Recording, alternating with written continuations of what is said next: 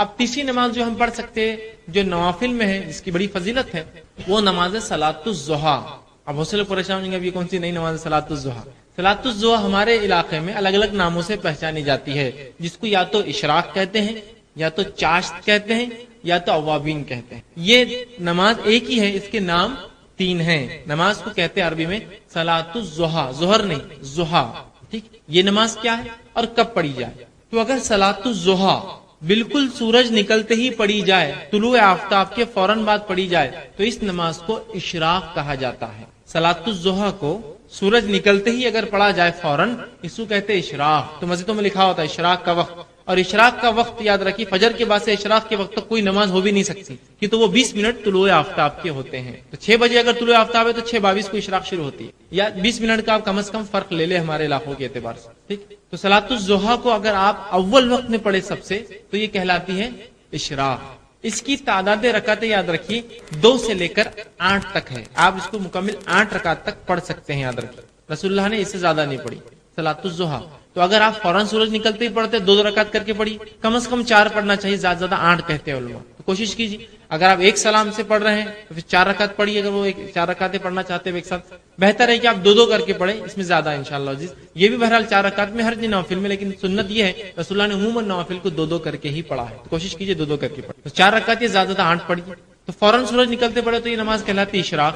سورج نکلنے کے تھوڑی دیر بعد اگر آپ پڑھیں تو اس کو کہتے ہیں چاشت. ٹھیک، اور سورج اتنا اوپر آ جائے کہ زمین گرم ہو جائے، تپش شروع ہو جائے، تو اس وقت جو پڑھی جاتی ہے اس کو کہتے ہیں اوابین.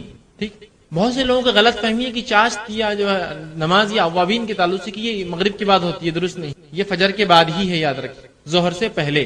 اور یہ نماز آپ کو زوال سے پہلے پڑھنا ہے.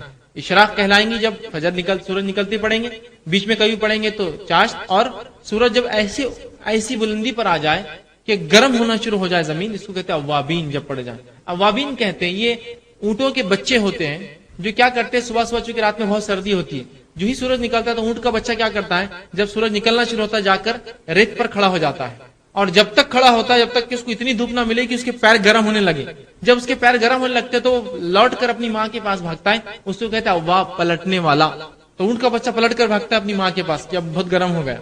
اب ظاہر سی بات ہے ریت کو گرم ہونے اور اونٹ کے بچے کے کھر گرم ہونے کے لیے سورج اونچا ہونا ضروری ہے، اوپر آ جانا ضروری ہے، تبھی تو وہ تپش ہوں گی، جس کو ہمارے علاقے میں ہم کہیں گے 10 بجنا یا 11 بجنا، جب تپش صبح کی ہو جاتی ہے. اس کے بعد تو پھر زوال یاد رکھیے 11:30 ہوگا تو پھر تو زوال، پھر ہو گیا ٹائم ختم. تو آپ اس کو فجر کے بعد سے مطلب طلوع آفتاب سے لے کر زوال کے بیچ میں پڑھ سکتے ہیں.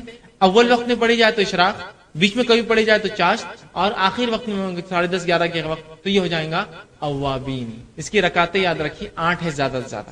ٹھیک، آپ 4 کر کے 2 بار پڑھیں یا پھر 2 کر کے آپ جو 4 اور یا 8 تک آپ زیادہ زیادہ پڑھ سکتے. تو یہ رہا تیسری نفل نماز جس کا ہم اہتمام کر سکتے ہیں. اور تینوں ایک میں آگے بہرحال چاشت، اوابین اور جو ہے اشراق.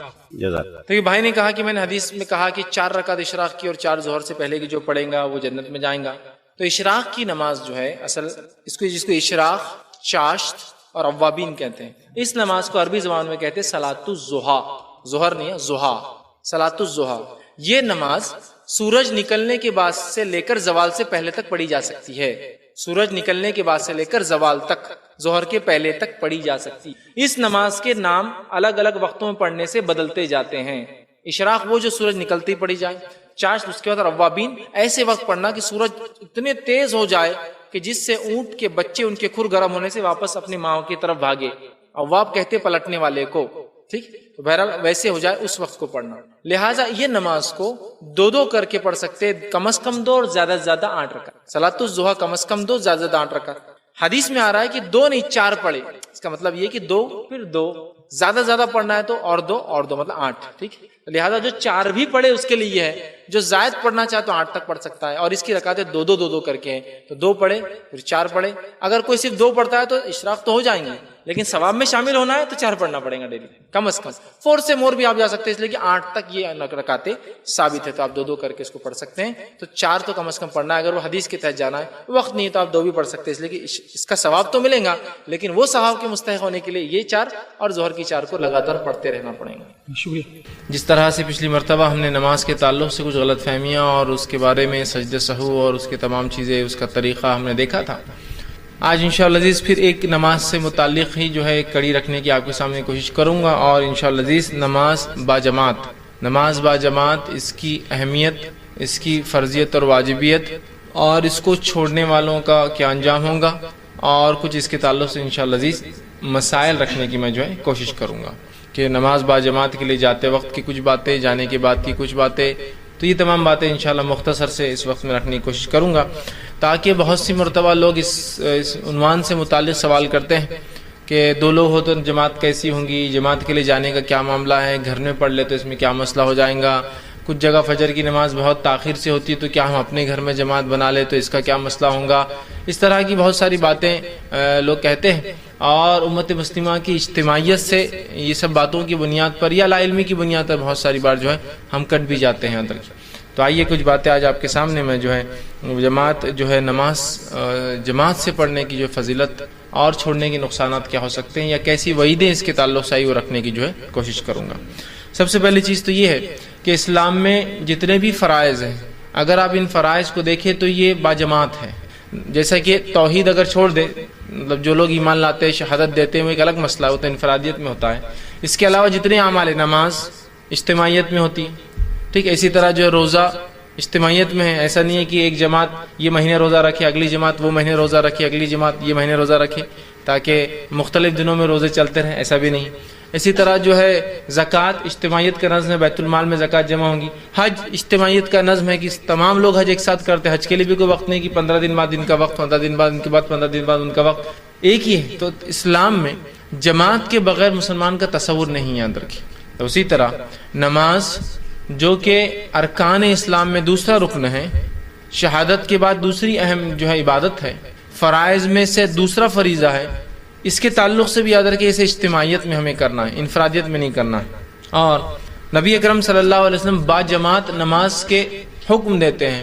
اللہ رب العزت کئی مرتبہ قرآن میں ورکعوا مع الراکعین ایک جگہ کہا کہ رکوع کرو رکوع کرنے والوں کے ساتھ۔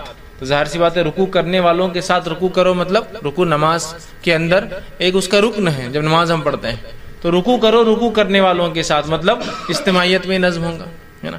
اسی طرح کہیں کہا کہ جب تم لوگ جو ہے جنگ میں ہو، جہاد پر ہو، تو ایک جماعت پہلے امام کے ساتھ کھڑی ہو جائے اور دوسری جماعت حفاظت کے لیے کھڑی ہو۔ تو گویا میدان جنگ میں بھی ہے اور ایک ساتھ لوگ نہیں پڑھ سکتے ہیں، تو آدھے آدھے پڑھ رہے ہیں کہ ایک جماعت نماز میں لگی ہے، دوسری جماعت حفاظت میں لگی ہے نا۔ تو گویا آپ صلی اللہ علیہ وسلم کے حکم، قرآن کے احکامات سے یہی پتہ چلتا ہے کہ ہمیں یہ چیز بھی اجتماعیت میں کرنا ہے۔ اور نماز با جماعت کا جو ہے ہر مسلمان کو اسلام نے حکم دیا، ہر مسلمان کو نبی اکرم صلی اللہ علیہ وسلم نے حکم دیا کہ ہم جب بھی نماز پڑھیں جماعت کے ساتھ نماز پڑھے، یاد رکھیں اجتماعیت اس معاملے میں قائم کریں۔ آپ صلی اللہ علیہ وسلم فرماتے ہیں، حدیث اس طرح سے ہے، اور یہ حدیث جو ہے ابو داؤد کی سنن نسائی میں آتی ہے۔ آپ صلی اللہ علیہ وسلم فرمایا، جس شہر یا دیہاتی آبادی میں 3 شخص رہتے ہو، مطلب جس جگہ چاہے دیہات ہو چاہے شہر ہو، اگر 3 مسلمان رہتے ہیں، ٹھیک، جس شہر یا جس دیہات میں 3 مسلمان رہتے ہو اور ان میں جماعت کا نظم نہ ہو، اور اگر یہ جماعت سے نماز نہ پڑھتے ہو، کوئی جماعت کا نظم نہ ہو، تو آپ فرماتے اور کہتے نہ ہو، تو ان پر شیطان غالب آ جاتا ہے۔ تو ان لوگوں پر کیا ہوگا؟ پھر ان لوگوں پر جو 3 ہو یا اس سے زیادہ کوانٹٹی ہو جائے اور وہ جماعتی نظم قائم نہ کرے نماز اور دیگر چیزوں میں، تو شیطان ان پر غالب آ جاتا ہے۔ اور پھر آپ فرماتے لہٰذا جماعت قائم کرو، کیونکہ بھیڑیا ریوڑ سے الگ رہنے والی بکری کو جو ہے یہ بھیڑ کو کھا جاتا ہے۔ بھیڑ یا بکری ریوڑ سے اپنے گروپ سے الگ ہو جاتی ہے، جماعت سے الگ ہو جاتی ہے، اس کو اچک لیتا ہے۔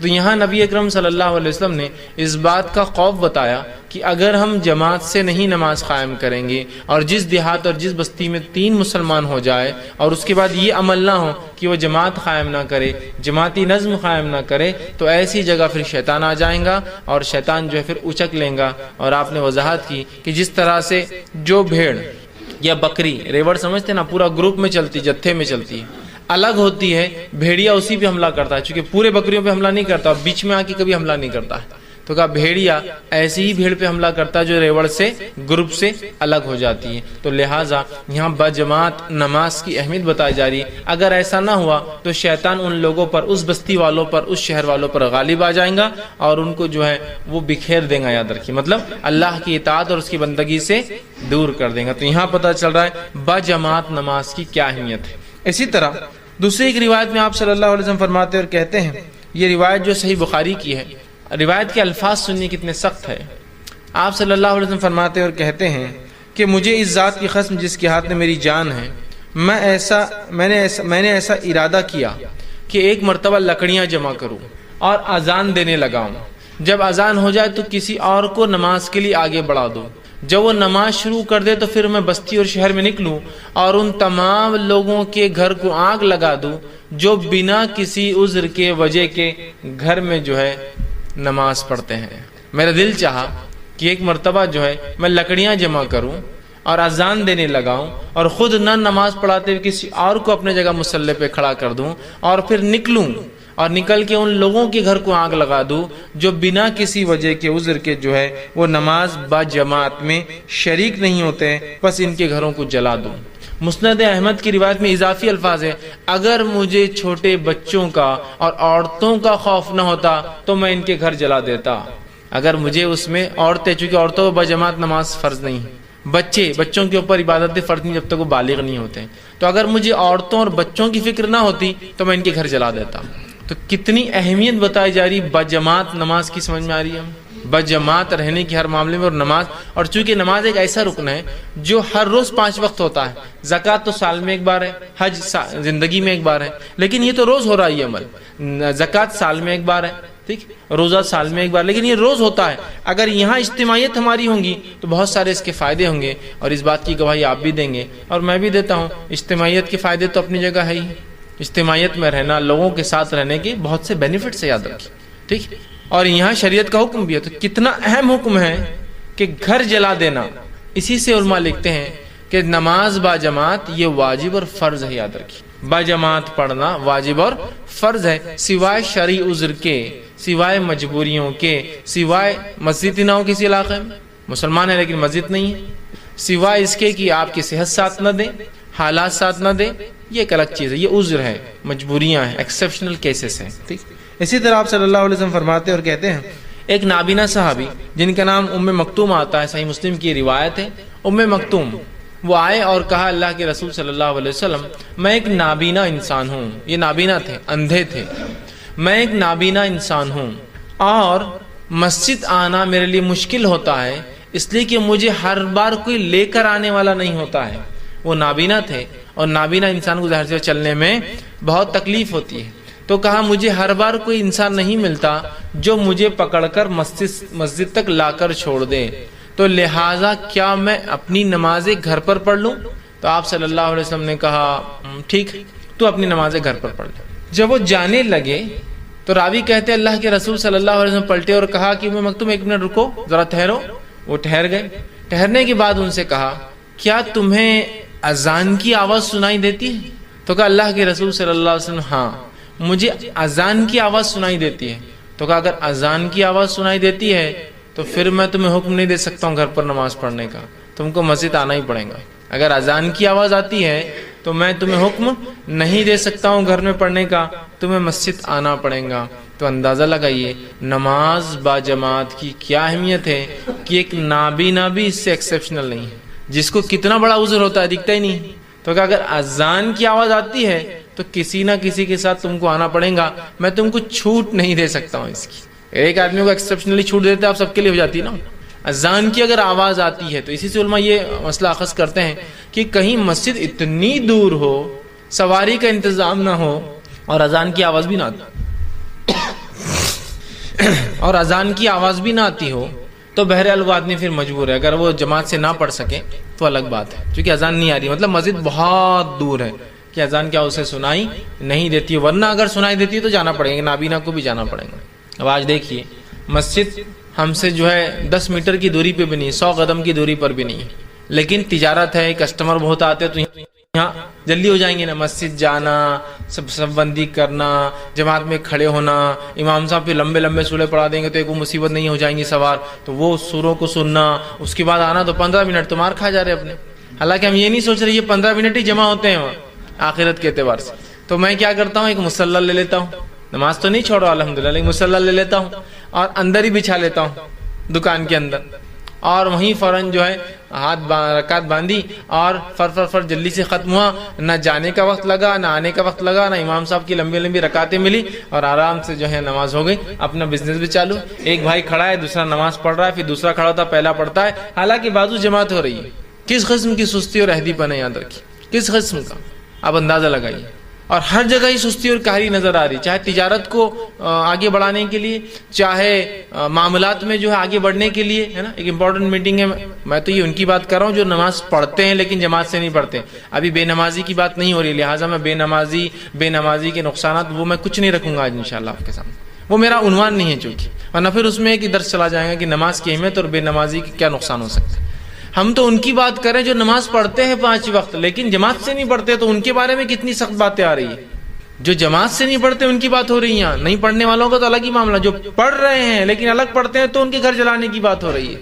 سمجھ رہے آپ بات؟ تو تجارت یا معاملات کے لیے بھائی میٹنگ ہے، اس میں جلدی سے ختم ہو جائیں گی میٹنگ، ہاں یہ الگ بات ہے. اتنے لوگ جمع ہوں کہ وہاں جماعت قائم ہو سکتی ہے اس میٹنگ کی جگہ پر، اتنے لوگ جمع ہوں بزنس کے لیے کہ وہاں جماعت قائم ہو سکتی ہے، تو الگ بات ہے پھر کہ ٹیمپرری آپ رکے تو جماعت بنا سکتے ہیں، ہمیشہ کے لیے نہیں ہو سکتا ہے. لیکن میں ان کی بات کر رہا ہوں جو پرماننٹلی اپنا جو سلسلہ بنا دیتے ہیں کہ کچھ ہوا کہ بس جماعت کے لیے گھر میں کھڑے ہو گئے، کچھ ہوا کہ بس جماعت کے لیے گھر میں کھڑے ہو گئے، مطلب نماز کے لیے گھر میں کھڑے ہو گئے. انفرادی ہوتا ہے، یا کبھی مسجد نہ جانے کو چرانے کے لیے، حالانکہ 10 قدم پہ مسجد ہے، ایک جماعت اپنی بنا لے تاکہ یہ جماعت جلدی ہوں گی نا، اپنے حساب سے ہوں گی کہ وہ دستر پہ کھانا لگ چکا ہے، اب کہاں مسجد جاتے نماز کے لیے، یہیں پڑھ لیں گے.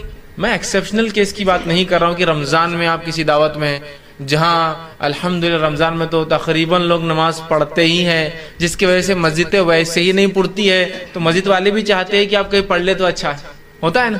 مسجدیں نہیں پڑتی ہے ویسے ہی نہیں پڑھ رہی ہے نمازوں میں، عام نمازوں میں تو کوئی خاص دعوت ہو جائے محلے میں تو مسجد تو پیک ہو جاتی ہے، تو ظاہر سی بات ہے وہاں کو بنا لے، وہ تو ایکسیپشنل کیسز ہوتے ہیں.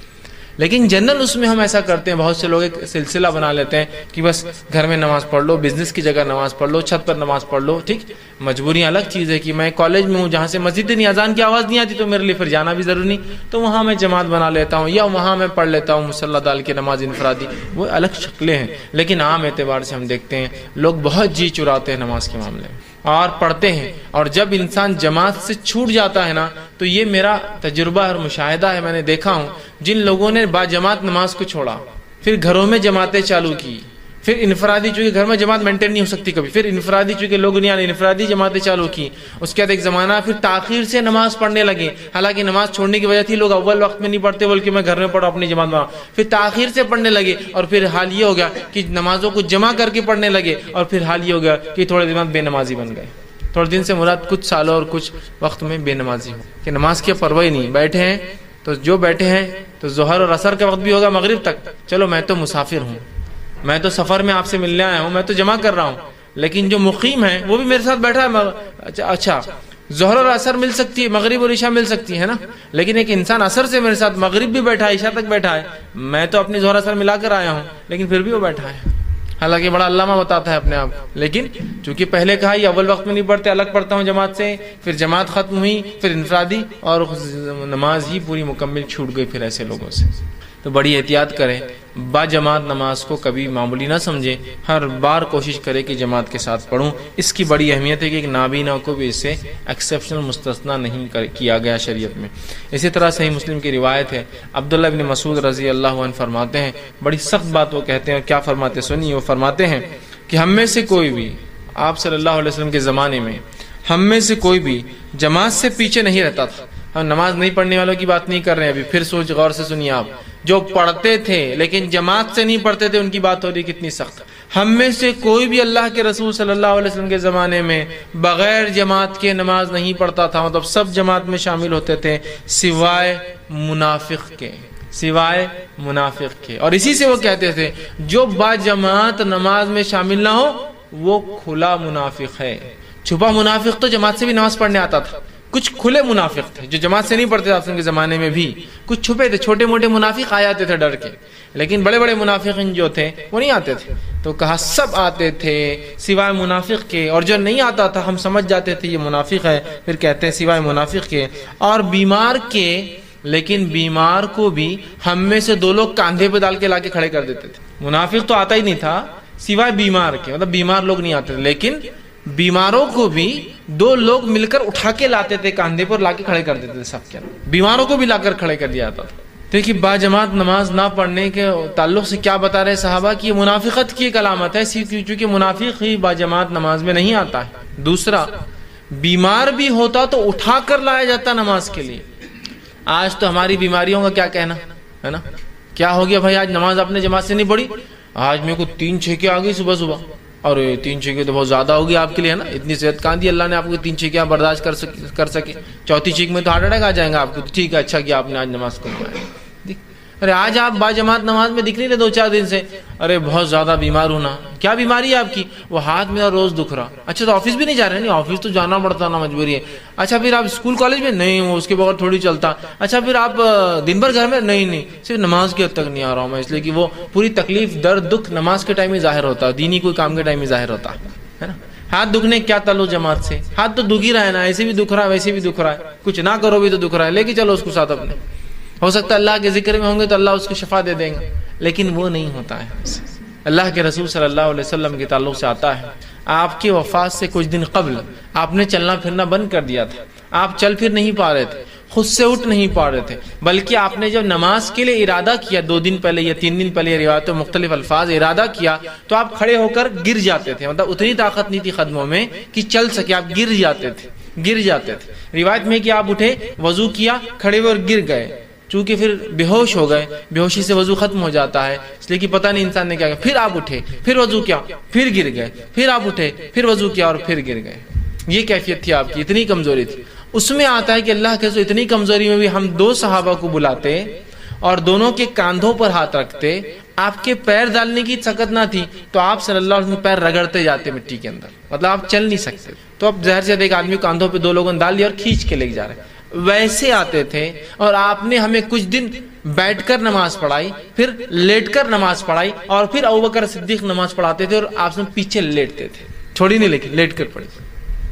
اسے پتا چلا مسجدوں میں ایسا نظم ہونا چاہیے کہ جہاں مصلی بیمار بھی آئے تو لیٹنے کا پروویژن بھی ہو کہ وہ نماز پڑھ سکے، بیٹھنے کا بھی ہو کہ وہ پڑھ سکے. یاد رکھیے، ٹھیک. تو اس بات کو سمجھنا ہے ہمیں. یاد رکھیے کتنی اہم بات ہے کہ بیمار ہے، نبی ہے، چاہتے تو شرعی عذر بتا سکتے تھے، چاہتے تو اللہ چھوٹ دے دیتا، چاہتا تو اللہ معاف کر دیتا، پھر بھی آ رہے امت کو سکھانے کے لیے کہ نماز با جماعت کی بڑی اہمیت. لیکن ہماری بیماریوں کو میں نے کہا نا کیا کہنا، بہت بڑی بڑی بیماریاں ہو جاتی ہیں. ہم کو چھینک آنا بہت بڑی بیماری ہے، تھوڑی کھانسیوں کی بیماری ہے، تھوڑا سا آنکھ گرم ہو گیا، تھوڑا سا آنکھ گرم ہو گیا تو فوراً گھر والوں نے بولا نماز کو مت جاؤ. ٹھیک ہے امی نماز کو نہیں جاتی، ٹھیک ہے ابا نماز کو نہیں جاتے. باقی اگر امی ابا بولے بیٹے تھیٹر مت جاؤ تو نہیں، تھیٹر جاؤں گا تو میں ساتھ رہوں گا اچھے سے، نہیں تو وہ تنگ کروں گا تم کو.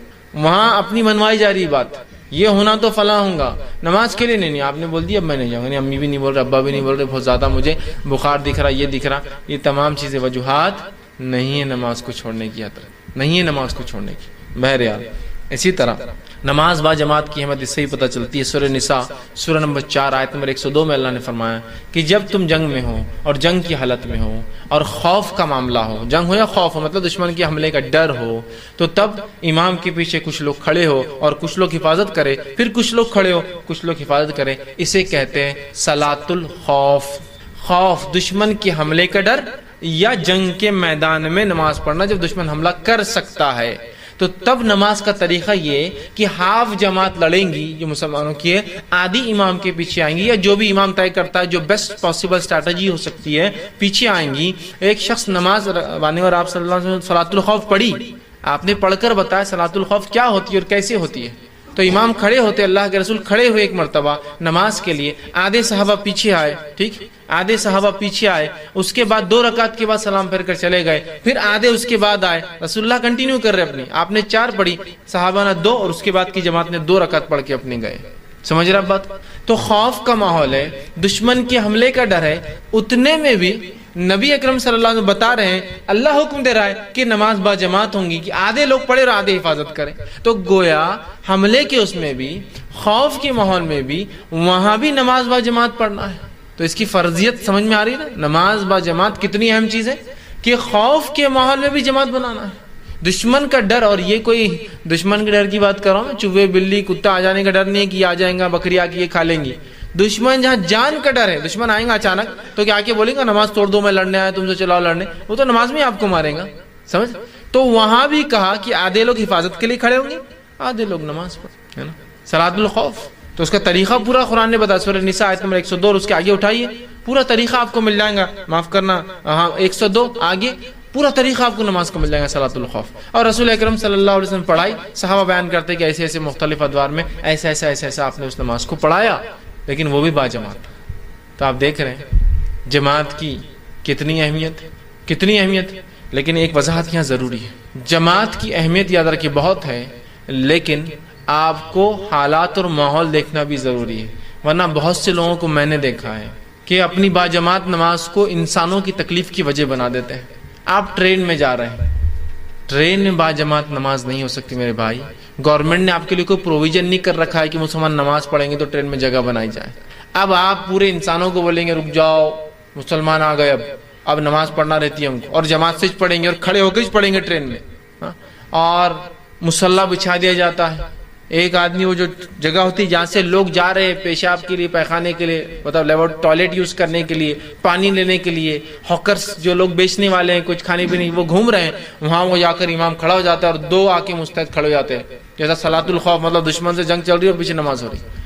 اور جماعت باندھی جاتی ہے. پھر جو لوگ بیٹھے مسلموں کا چلو ہٹو اٹھو، چلو چلو عورت تم چلو، عورت کو ہٹا ایسے اوپر بھیجو، یہ کرو. پوری ٹرین مطلب ایسا ہوتا ہے کہ آپ کے لیے مخصوص کر دی جاتی ہے.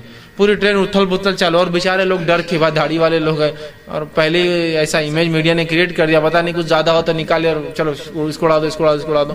وہ بیچارے ڈر کے فوراً عورتیں اوپر بیٹھ جا رہی ہے، بچے یہ ہو جا رہے ہیں، یہ ہو جا رہے ہیں، اور آپ جماعت سے نماز پڑھ رہے ہیں. نہیں، سواری پہ رسول اکرم صلی اللہ علیہ وسلم جماعت سے نماز ثابت نہیں. ہاں سواری میں سہولت ہو، جیسے کہ اگر آپ سعودی عرب جائیے گلف کنٹریز میں، تو وہاں ٹرین میں جیسے ہمارے پاس پینٹری کار ہوتا ہے نا، وہاں ٹرین میں ایک مسجد کا ڈبہ ہوتا ہے پورا، کھانے پینے کا ایک ہوتا ہے، آپ دیکھیں کینٹین. تو ویسے مسلم کنٹریز میں ٹرین کے اندر ایک ڈبہ ہوتا ہے، مسجد رہتی ہے، وہ وہاں جا کے آپ پڑھیے کتنا بھی، چونکہ وہ مسجد ہے خاص، اسی کے لیے رکھا گیا ڈبہ. یہاں نہیں ہوگا. لیکن یا بس ہے اور بس کو آپ بول دیں کہ بس روک دو، بس ہم مسلمان ہیں، ہم کو جماعت سے نماز پڑھنا ہی پڑتی، اور بیچارے بس کے 40 مسافر جو ہے انگلیاں توڑ توڑ کے بددعائیں دے رہے ہیں آپ کو کہ ہم کو جلدی جانا ہے، فلاں مسئلہ ہے. آپ بولیں نہیں، 5 ٹائم بس رکیں گی پوری سفر کے اندر، اور جھگڑا چالو نہیں. سفر میں تو آپ اترے، وضو کیا، بس میں بیٹھے، جہاں بیٹھے وہاں رکعت باندھ لی، ہو گیا. سہولت ہے تو ایک آدمی رکعت باندھے، پیچھے اس کے سیٹ والے بیٹھے، آواز آ رہی تو ٹھیک، نہیں پڑھ سکتے کوئی مسئلہ نہیں، اپنی اپنی پڑھے. اس لیے کہ نبی اکرم صلی اللہ علیہ وسلم کو دیکھا گیا آپ سواری پر تھے اور اکیلے نماز پڑھ رہے تھے، اور آپ قبلے کا بھی وہ نہیں کرتے، قبلہ دوسری جانب ہوتا، آپ دوسری طرف نماز پڑھتے، مطلب سواری پر قبلہ بھی کوئی شرط نہیں ہے. تو یہ وضاحت. ورنہ جماعت کی وہ ہو گئی اور آپ چلتے پلینے بولیں گے اب ہم سب جماعت سے نماز پڑھیں گے، کرو پورا پریشانی کیا کر رہے ہیں، نیا مسئلہ یہ. حالانکہ سعودی ایئر لائنس میں ایک پروویژن ہوتا ہے جہاں نماز کا، اور اتنی جگہ وہ خاص رکھتے ہیں جہاں وہ بھی ان کے کرو کے لوگ بھی پڑھتے ہیں، کیپٹن بھی آتا ہے پڑھتا ہے، اور دوسرے لوگ بھی پڑھتے ہیں، ڈائریکشن بھی کنٹینیو قبلے کا دیتے رہتے. کہاں وہ ایک الگ شکل ہے. لیکن آپ کوئی بھی فلائٹ میں یہاں بیٹھ کر پڑھیے، سہولت نہیں ہے نا، اور کھڑنا رسک بھی ہوتا ہے. نہیں اب با جماعت نماز تو پلین میں بھی ہوں گی، اور تاکہ اللہ کے پاس گواہی رکھ ہوا میں بھی ہم جو ہے جماعت سے پڑھ رہے تھے نماز، اور لوگ ضد کرتے ہیں، لوگ پریشان ہو جاتے ہیں، سب کو تکلیف ہوتی ہے، اور ایک عجیب منظر کھنچ جاتا ہے کہ کیسا عجیب سخت قسم کا دین ہے جو ان کو سہولت نہیں دیتا ہے. عام حالت میں سہولتوں میں با جماعت نماز فرض ہے. مجبوریاں ہیں، مشکلیں ہیں، حالات ہے، ٹھیک ہے، سفر ہے، سواری ہے، یہ سمجھنے کی ضرورت ہے. کہ ایک واقعہ سے پہلے میں نے سنایا تھا، آپ لوگوں نے سنا ہوگا، ایک میں نے دیکھا تھا کہ کچھ لوگوں نے جماعت سے نماز کھڑی کر دی ٹرین کے اندر. حالت یہ ہوئی کہ ایک عورت جو سفر میں تھی، اس کے پاس اتنی سہولت نہ تھی کہ اپنے بچے کو ڈائپر پہنا سکے، اس کے بچے نے پیخانہ کر دیا، اور ہماری نماز تو ختم ہو رہی نہیں، با جماعت پڑھے نا، پوری ٹرین بلاک. وہ بیچاری بیٹھی، کیا تصور اس نے اسلام کا لیا ہوگا. یہ کیسے لوگ ہیں کہ مجھے بنیادی سہولتیں استعمال کرنے سے بھی ان کی جماعت نے، ان کی عبادت نے روک دیا. یہ نہیں ہونا چاہیے، یاد رکھیے، یہ نہیں ہونا چاہیے. یہ چیز کو سمجھنا بے انتہا ضروری ہے ہم لوگوں کے لیے کہ جماعت سے نماز بھی پڑھنا ہے، لیکن انسانوں کا جب معاملہ آ گیا تو حقوق العباد ترجیح لے جاتے حقوق اللہ پر. معلوم آپ کو یہ بات بھی سمجھیے جماعت کی میں بات کر رہا ہوں. آپ بولیں گے ایسا کیسا, بندوں کے حق اللہ کے اوپر ہی فخر لے آتے ہیں. ہاں لے جاتے ہیں. یہی اللہ کے رسول جو فرما رہے ہیں میرا دل چاہتا ہے لوگوں کے گھروں کو آگ لگا دو جو مسجد میں نماز نہیں پڑھ کے گھر میں پڑھتے ہیں. یہی اللہ کے رسول صلی اللہ علیہ وسلم فرماتے ہیں جو پیاز اور لہسن کا ہے وہ ہماری مسجدوں میں داخل نہ ہوں. کیا کہہ رہے ہیں, مسجد میں جو نہیں آتے گھر جلا دو. یہی اللہ کے رسول فرماتے ہیں جو پیاز اور لہسن کا ہے مسجد میں نہ, چکے بندوں کے حق مارے جاتے. پیاز لہسن سے بدبو آتی ہے جس سے انسانوں کو تکلیف ہوتی ہے. دوسرا فرماتے ہیں جب کسی کو بیت الخلا جانا ہو, رفع حاجت کو جانا ہو, پیشاب پیخانے کو جانا ہو, وہ جماعت میں بعد میں شامل ہو, پہلے رفع حاجت کو جائے تو انسان یہاں بندوں کا حق پہلے آ گیا. رفع حاجت پہلے اور عبادت بعد میں. جس کو بھوک لگی ہو اور مغرب کا وقت ہو تو وہ کھانا کھا لے, اگر اسے امید ہے آخری رکعت بھی مل جائیں گی تو پہلے کھانا ختم کریں پھر آخری رکعت میں شامل ہو. کھانا پہلے نماز بعد میں, بندوں کا حق. تو میں بھی اسی لیے کہہ رہا ہوں جب ٹرین میں ہیں, بسز میں ہیں, سہولتیں نہیں ہوتی ہیں تو وہاں کیا کریں گے آپ, وہاں جماعت کا اہتمام نہیں ہوگا. یاد رکھیں اس بات کو سمجھنے کی ضرورت ہے. آپ اسی کی طرح نماز با جماعت کی کیا فضیلت آتی ہے, فضیلت بھی رکھتا ہوں. جب اتنی وعید کی گئی تو فضیلت کیا بتائی گئی. آئیے آپ صلی اللہ علیہ وسلم نماز با جماعت کی فضیلت بتاتے ہیں اور فرماتے ہیں, صحیح بخاری کی روایت ہے, جماعت کے ساتھ نماز جو پڑھی جاتی ہے وہ اکیلے نماز پڑھنے کے مقابلے میں 27 درجے 27 ٹائمز اچھا ہے, افضل ہے, زیادہ ثواب دینے والی چیز ہے. جماعت میں جو نماز پڑھی جاتی ہے وہ انفرادی نماز کے مقابلے میں 27 ٹائم 27 درجے زیادہ ثواب دیتی ہے. کتنی بڑی بات بیان ہے, 27 درجے ماشاءاللہ 27 ٹائم ثواب ملتا ہے. لیکن اس سے ایک بات اور نکلتی جو علماء نکالتے ہیں, مسئلہ یہ کہ باجماعت نماز نہ بھی کوئی پڑھے تو نماز تو قبول ہو جائے گی. اس لیے کیا فرمایا, 27 درجے زیادہ, مطلب اس کو 27 لیس ہے لیکن نماز نہیں ہوتی, ایسا نہیں ہوگا. میں اس لیے کہہ رہا ہوں ورنہ پھر ایک نئی غلط فہمی کہ جماعت سے میں نے کہہ دیا تو آپ دوسرے پہ الزام فتوی لگا دیتے نماز ہی نہیں ہوتی. نہیں, وہ بہت بڑا گناہ کر رہا ہے کہ وہ نماز کچھ ایسا کر کے جو ہے بہت اپنے نفس کو نقصان میں اور ظلم میں ڈال رہا ہے. لیکن پھر بھی شرعی عذر کے تحت, مجبوریوں کے تحت, حالات کے تحت یا کوئی پڑھ لیتا ہے تو ثواب سے تو محروم ہے لیکن نماز ہو جاتی ہے. یہ بات بھی سامنے آ رہی ہے. 27 درجے زیادہ ثواب ملتا ہے. کتنی بڑی بات ہے نا. اب لیکن 27 درجے زیادہ ثواب, اس سے کیا ہوتا, یہ کیلکولیشن ہمارے پلے پڑتا نہیں نا. اگر میں آپ کو یہ کہوں کہ آپ اگر ایک پروڈکٹ لا کر سیل کریں تو آپ کو ڈبل منافع ہوگا, 2 گنا منافع, 2 ٹائمز, تو یہ ہم کو برابر سمجھ, 2 ٹائمز 1000 کی چیز 10 روپیز پروفٹ, 2 ٹائمز 200, اوہ حساب بالکل کلیئر ہے.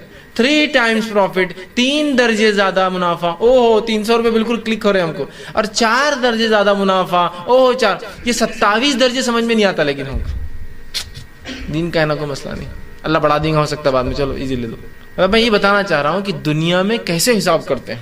یہ 1 گنا 2 گنا زیادہ پروفٹ دور کی بات ہے. جو لوگ اوریجنل بل بزنس کرتے ہیں وہ یہ سب چیزیں جانتے ہیں. روپے 2 روپے اور 4 روپے کی بڑے ٹرن اوور کے اندر کیا نقصان اور کیا فائدے ہو سکتے ہیں. سمجھتے ہیں آپ. 25 پیسے بھی اگر ایک کسٹمر کو آپ یوں چھوڑتے ہیں, ایک دن میں 100 کسٹمر آتے ہیں تو منتھ کے اندر اتنا ہوتا ہے اتنا آپ کا ٹیلی فون بل ہوتا ہے, اتنا نکل جاتا ہے آپ کا کاسٹ. سمجھ رہے آپ. تو جو ٹرن اوور پہ بزنس کرتے ہیں وہ جانتے ہیں روپے کا کیا وہ ہوتا ہے. ایک صاحب تھے, وہ بزنس کرتے تھے, دن بھر میں جو ہے 25 کنٹل شکر بیچتے تھے اور سب سے کم کاسٹ میں ان کی شکر بکتی تھی. اتنا کم کی جتنا ہول سیل ملتا اتنے ریٹ میں بیچتے تھے. جب ان سے پوچھا گیا کہ پھر آپ کا منافع کیا ہے, تو اس زمانے میں شکر وہ موٹے موٹے تھیلوں میں آتی تھی, تو کہا منافع میرا یہ تھیلا 100 روپے میں بکتا ہے بعد میں, تو 25 کنٹل بیچتا ہوں ٹرن اوور پہ اور 2500 روپے تھیلے کی ملتے ہیں, شکر میں نہیں کماتا ہوں, ٹرن اوور پہ بزنس کرتا ہوں, ہے نا. تو وہ آدمی بولے گا یار 1 گنا کا کیا ہوتا ہے, 1 ٹائم مور پروفٹ مطلب 100 ٹائم ہو جاتا ہے نا ایگزیکٹلی.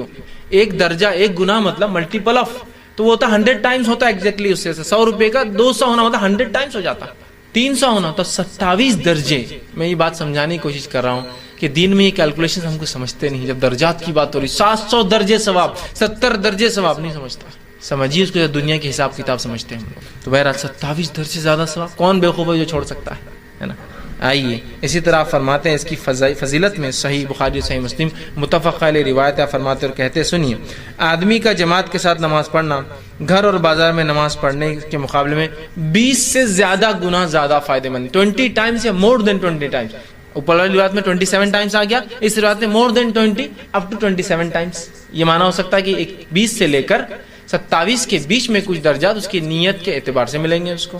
تو کہا زیادہ درجے کی فضیلت رکھتا ہے اس لیے کہ ایک انسان جب اچھے سے وضو کرتا ہے اور صرف اللہ کے لیے, تو آپ صلی اللہ علیہ وسلم فرماتے تھے کہ حدیث کے الفاظ اس طرح سے کہ آدمی کا جماعت کے ساتھ نماز پڑھنا یہ جو ہے جو ہے گھر میں نماز پڑھنے کے مقابلے میں 20 سے زیادہ درجے جو ہے فضیلت رکھتا ہے، اس لیے کہ ایک انسان جب اچھے سے وضو کرتا ہے اور صرف اللہ کے لیے نماز کے لیے مسجد کا رخ کرتا ہے، صرف اللہ کے لیے، صرف نماز کے لیے مسجد کا رخ کرتا ہے، تو ہر قدم کی عوض اللہ سبحانہ تعالیٰ اس کے درجات کو بلند کرتا ہے۔ جماعت میں جانے کا ثواب دیکھیے، 20 سے زیادہ گنا ثواب کے علاوہ جب چلتا ہے تو ہر قدم پر اس کے درجات بلند ہوتے ہیں، مطلب گناہ معاف ہوتے ہیں، اس کے درجات بلند ہوتے ہیں، درجات بلند کرتا ہے اور گناہ مٹا دیتا ہے۔ اور مسجد میں داخل ہونے کے بعد وہ جو ہے جتنی دیر نماز کا انتظار کرتا ہے وہ نماز کی حالت میں ہوتا ہے اور نماز کے ثواب میں ہوتا ہے۔ مطلب ایک انسان مسجد جا کے جتنی دیر انتظار کرتا ہے نماز کے لیے، اتنی دیر ثواب ملتا ہے نماز میں شامل ہونے کا، نماز میں شمار ہوتا ہے۔ اور فرشتے اس کے لیے رحمت کی دعائیں کرتے ہیں جب تک کہ وہ نماز کی جگہ بیٹھا رہے۔ مطلب نماز پڑھ بھی لیا اور اگر نماز کی جگہ ہی بیٹھا ہے تو فرشتے اس کے لیے رحمت کی دعائیں کرتے ہیں جب تک کہ وہ بیٹھا رہتا ہے، اور اللہ سے درخواست کرتے ہیں، فرشتے گزارش کرتے ہیں کہ اے اللہ اس کی مغفرت فرما دے، اس پر رحم کر، جب تک کہ وہ وضو سے ہوتا ہے تب تک۔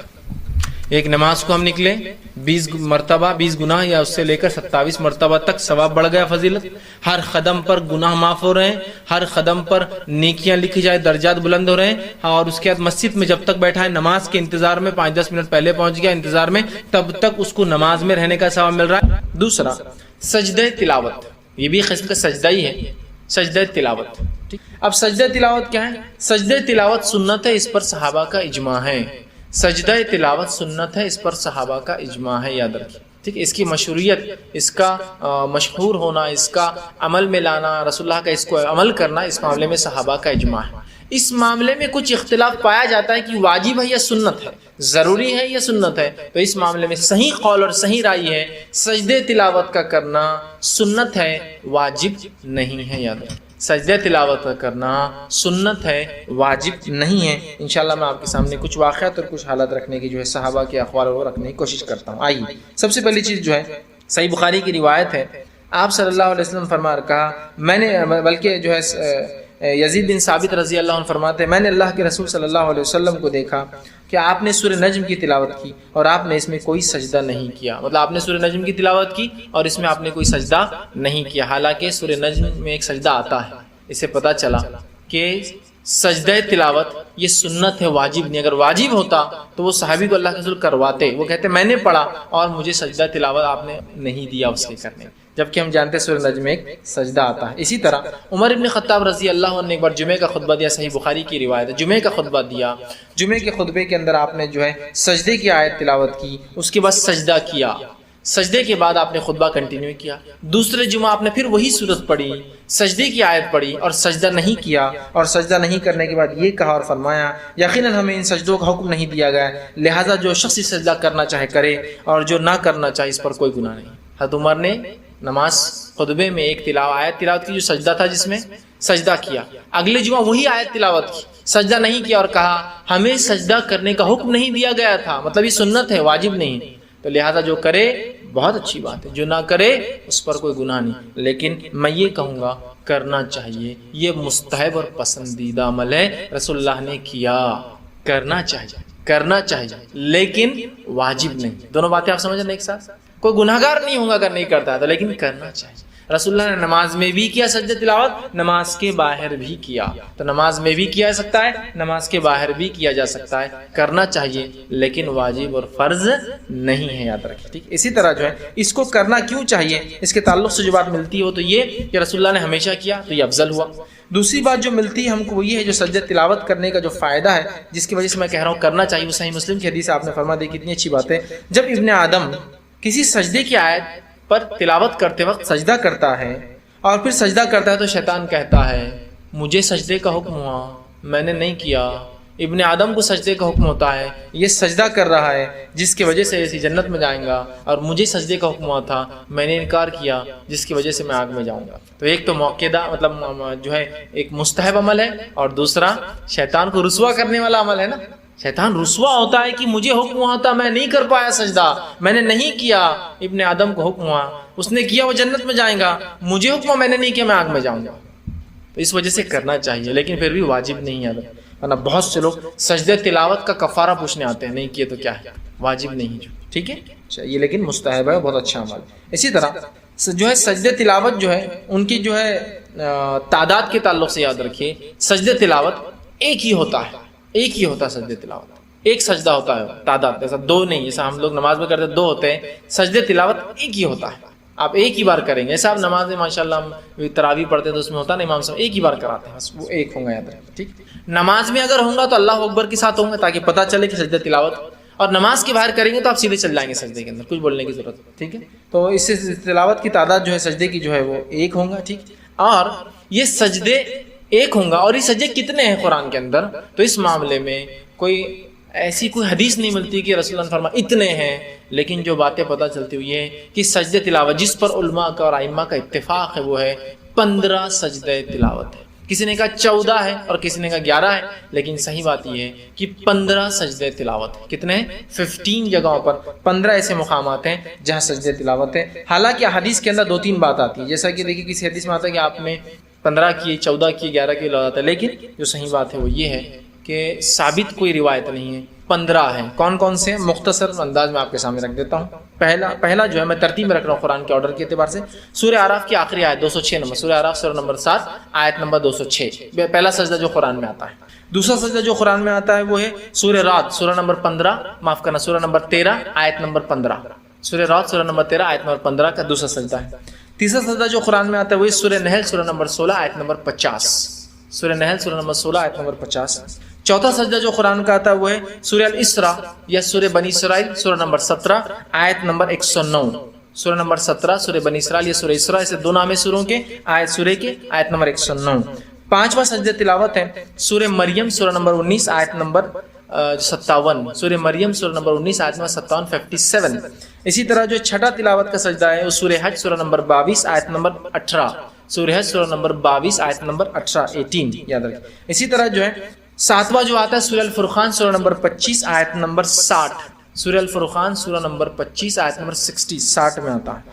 آٹھواں سجدہ آتا ہے سورہ نمل سورہ نمبر 27 آیت نمبر 26، سورہ نمل سورہ نمبر 27 آیت نمبر 26. اسی طرح نواں سجدے جو ہے تلاوت آتا ہے وہ ہے سورہ نمبر 32 سورہ سجدہ آیت نمبر 15، سورہ 32 سورہ سجدہ آیت نمبر 15. اسی طرح 10واں جو آتا ہے وہ یہ ہے، اس کے اندر جو بہرحال ملتا ہے وہ یہ ہے 10واں نمبر جو ہے سورہ سعد جو ہے اس کے آیت نمبر جو ہے 24 جو ہے سورہ سعد اس کی آیت نمبر 24 کے اندر ملتا ہے.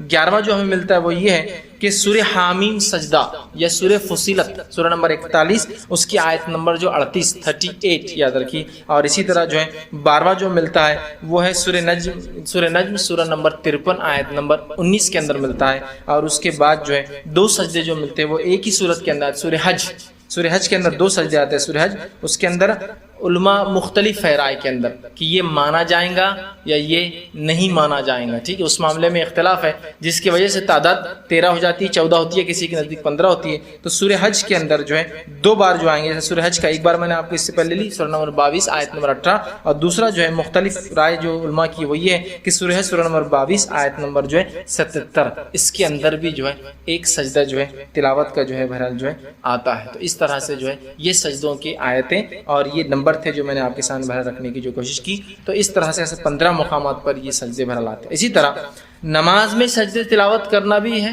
اور نماز کے باہر بھی کوئی کر سکتا ہے. ٹھیک ہے، نماز میں اگر امام کرے تو طریقہ میں نے بتایا اللہ اکبر کہہ کے جائیں گا تاکہ مقتدی کو پتہ چلے سجدہ کر رہا ہے، اور جب اٹھیں گا تو پھر اللہ اکبر کہہ کر اٹھیں گا. عام اعتبار سے سیدھا وہ نماز کے اندر چلا جائیں گا، اس لیے کہ آپ صلی اللہ علیہ وسلم کے تعلق سے آتا ہے. یہ روایت میں الفاظ یوں ہے کہ آپ صلی اللہ علیہ وسلم نے سورہ پڑھا جس کے اندر سجدہ تھا، اور اس کے اندر جو ہے سجدہ جو ہے آپ نے کیا، اس کی تلاوت فرمائی. ٹھیک ہے، اسی طرح جو ہے نماز کے علاوہ بھی سجدہ تلاوت جو ہے کیا جا سکتا ہے. اس کے تعلق سے جو روایت آتی ہے اس کے الفاظ دیکھیے اس طرح سے، یہ مسند احمد کی روایت ہے. آپ نے فرمایا کہا کہ رسول اللہ صلی اللہ ہمارے پاس سورت تلاوت کیا کرتے تھے. آپ صلی اللہ علیہ وسلم جو ہے سورت تلاوت کر کے سجدے کی آیت تلاوت فرماتے اور سجدہ کرتے، مطلب رسول اللہ صلی اللہ علیہ وسلم سجدہ کرتے.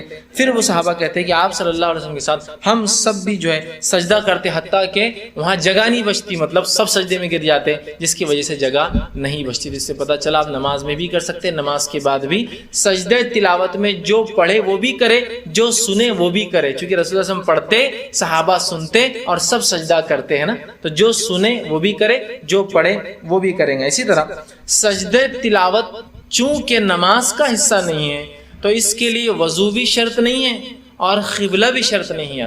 دونوں چیزیں شرط ہیں. تو اسی طرح تلاوت کا سجدہ ہی اس میں بھی فرض نہیں ہے، اور اس کے لیے قبلہ رخ ہونا بھی شرط نہیں ہے، چونکہ حدیث کے الفاظ جو اس سے پہلے میں نے آپ کے سامنے رکھا تھا، جو مسند احمد کی روایت تھی، آپ صلی اللہ علیہ وسلم سجدے کی آیت تلاوت کرتے، آپ سجدہ کرتے اور ہم بھی سجدہ کرتے، اور اتنے ایسا سجدہ کرتے کسی کو جگہ نہیں ملتی، تو ظاہر سی بات اس کا مطلب یہ ان آرگنائز ہوتا، پڑھ لی اور سب کہیں بھی جہاں جگہ ملی وہاں سجدہ کر لیا۔ اسی طرح کی روایت آتی ہیں، اس کے الفاظ دیکھیے اس طرح سے، یہ روایت صحیح بخاری کی آپ نے فرمایا، حضرت ابن عباس رضی اللہ عنہ فرماتے ہیں، عبداللہ ابن عباس، کہ آپ نے فرمایا نبی اکرم صلی اللہ علیہ وسلم سورہ نجم کی جو ہے تلاوت کی اور سجدہ کیا، آپ صلی اللہ علیہ وسلم کے ساتھ مسلمانوں نے، مشرکیوں نے، جنوں نے اور انسانوں نے سبھی نے سجدہ کیا۔ اب ظاہر سی بات ہے آپ کے ساتھ انسانوں نے، مشرکوں نے، جنوں نے اور سبھی نے سجدہ کیا، تو مشرک تو نجس ہے، مشرک تو گندگی ہے نا، تو کہاں وضو کریں گا، اور مشرک کو قبلے کی طرف دیکھ کر کریں، ظاہر سی بات سب نے کیا انسانوں نے، ٹھیک ہے۔ تو اس سے پتہ چل رہا ہے کہ اس کے لیے وضو بھی شرط نہیں ہے، چونکہ یہ نماز کا حصہ نہیں ہے، اور اس کے لیے جو قبلہ رخ ہونا بھی شرط نہیں ہے، جہاں جیسے آپ کو سہولت ملے آپ بآسانی اس کو جو ہے کر سکتے ہیں۔ اسی طرح جو ہے سجدہ تلاوت کے لیے تکبیر کہنا لازم نہیں ہے، سجدہ تلاوت نماز میں ہو تو تکبیر کہنا پھر لازم ہو جائیں گے تاکہ لوگوں کو پتہ چلے سجدہ تلاوت ہو رہا ہے، ٹھیک ہے۔ اسی طرح جو ہے سجدہ تلاوت کی تسبیح وہی ہے جو سبحان رب الاعلی ہم کرتے ہیں، لیکن سجدہ تلاوت کی اور دو دعائیں جو ایک ابو داؤد اور ایک ابن ماجہ کی ہے، آپ چاہے تو دعائیں پڑھ سکتے ہیں۔ آپ دعاؤں کو جاننے کے لیے آپ چھوٹی سی کتاب آتی ہے حصن المسلم لے لیں، ساری دعائیں اس میں وہ سجدہ تلاوت کی دعائیں مل جائیں گی۔ اگر کسی کو سجدہ تلاوت کی دعا یاد نہ ہو تو سب سے سمپل سبحان ربی الاعلی جو آپ نماز کے سجدے میں کرتے وہ کر سکتے، لیکن اس سے ہٹ کر بھی سجدے میں یہ دو دعائیں ثابت ہیں، آپ وہ کر سکتے۔